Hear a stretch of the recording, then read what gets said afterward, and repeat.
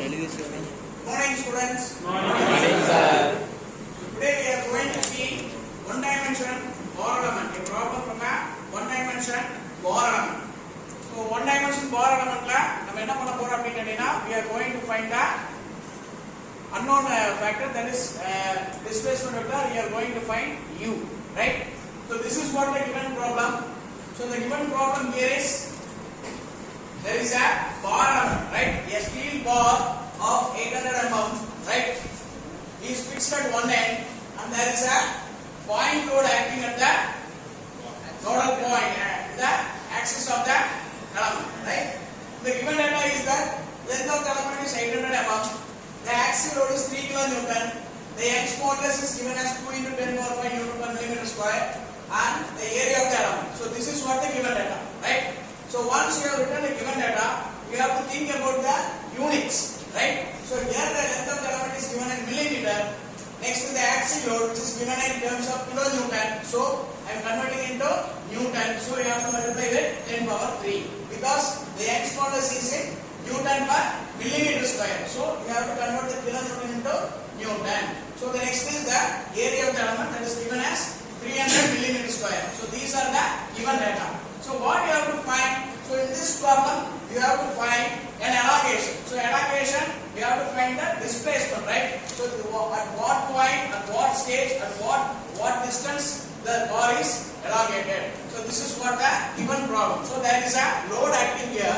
So I am pulling that bar with the load. So what is the elongation? What is the change in length? That is what you have to find in this problem. So in order to proceed this problem, after writing the given and the data to be found out, you have to proceed with the next step, that is called discretization.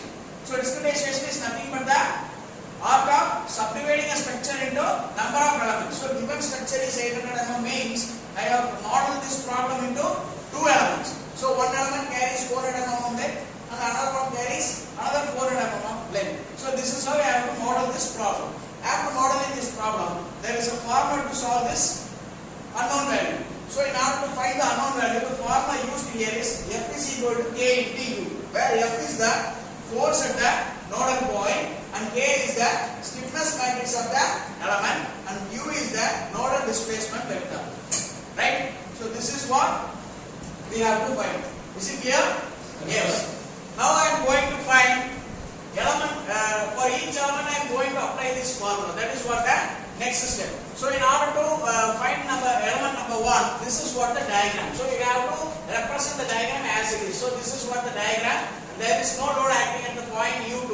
So I have drawn this element, right? The number of element is 1 and it is U1 and U2 are the nodal displacements. And the length of the element is 400. As it is, I have drawn this element and I am going to apply the formula. So for stiffness matrix, one dimension bar element, the formula is K is equal to AE by L into 1 minus 1 minus 1 1. Is it clear? Yes, sir. Yes. So A is the area of the element, E is the Young's modulus of the element, and L is the length of the element. So solve this. If you solve this, you have to substitute the values. So how do you substitute the value? What is the area of the element? 300 millimeter square. It is given in the given data. Refer given data. 300 millimeter square. And what is the Young's modulus of the element? 2 into 10 power 5. Yes. And what is the length of the element? 800. It is wrong. So what you have to do is, you have to think here, you should not substitute the value of total length. So here we are considering only element number 1. That is why I have drawn this diagram. So while you substitute the values, you have to look into the diagram and then you have to solve the values, or you have to substitute the values. So what is the length of the element? For element number 1, the length is 400 mm. So here you have to substitute 400 mm. Right? So the next is 1 minus 1 minus 1 1. You have to write as it is. So how will you name the matrix inside the matrix? So it will be A11. How will you mention here? A11, A12, A21, A22. So this is how you have to name the matrix. Now what you have to do is, you have to multiply these values. So you have take your calculator, multiply the values. 150 into 10 to the power 3. Very good. Have you solved? Yes. 150 into 10 power 3.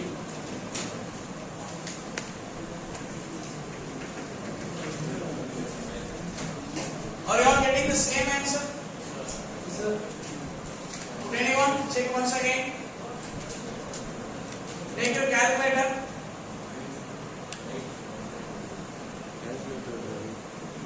Yes? Are you getting? Yes. 150 into 10 power 3.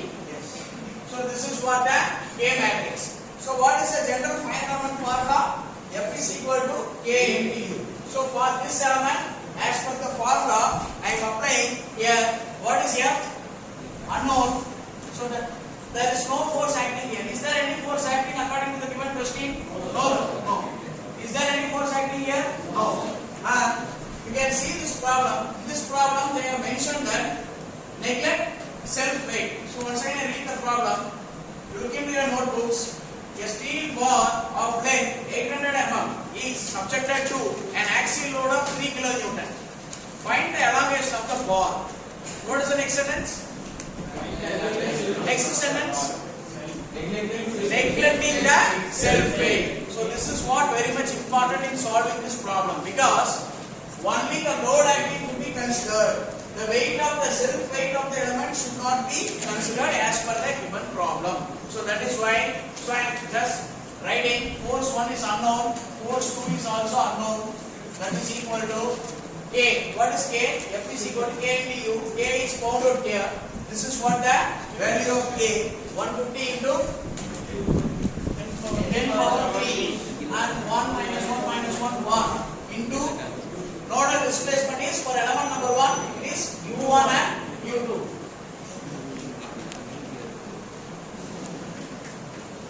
So keep it as equation number 1.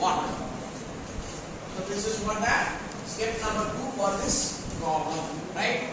We have to find the final equation for the element. So I am continuing the step number 2 for element number 2. So for element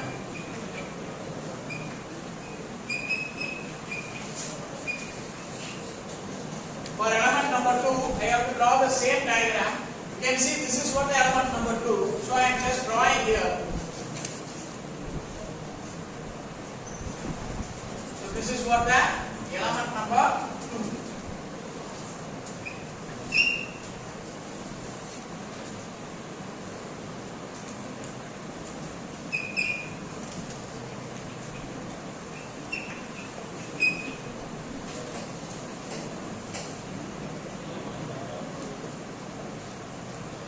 Here it is U2, here it is U3. Yes, good. So the length of the element is 400 mm given in the question. That is, you have modeled this problem into 2 elements. Right? So the step we have to repeat here again. Is it clear? Is it clear? This step is repeated for this element because this problem I have separated discretized the structure into 2 elements. So I have solved for the first element. Now I am solving the same step for element number 2. Right? So what is the formula again? F is equal to K into U.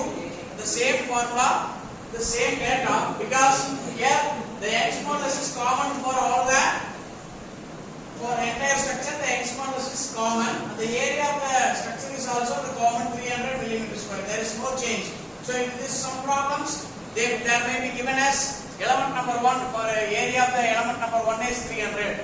Area of the element number 2 is 400. Likewise, they will be given the question. So you have to substitute the value of element number 2 according to the given data. So according to our given data, the area is common, that is 300 mm². So there is no change in area. So as it is, you have to substitute the value, right? So if you substitute the same value, you will get first find K. This is K2, right? And this one is K1. K1 means element 1 stiffness matrix. K2 is element 2 stiffness matrix. So K2 is equal to area of the element is 300. What is Young's modulus? Answer for 2 into 10 power 5. What is the length of the element? 400. Again 400. It is common, right? And here 1 minus 1 minus 1 1 according to our formula, right? So and one more thing, as you written A11, A12, here you have to start with the A22. Keep it in mind. Here for element 1, what here you have started with A11.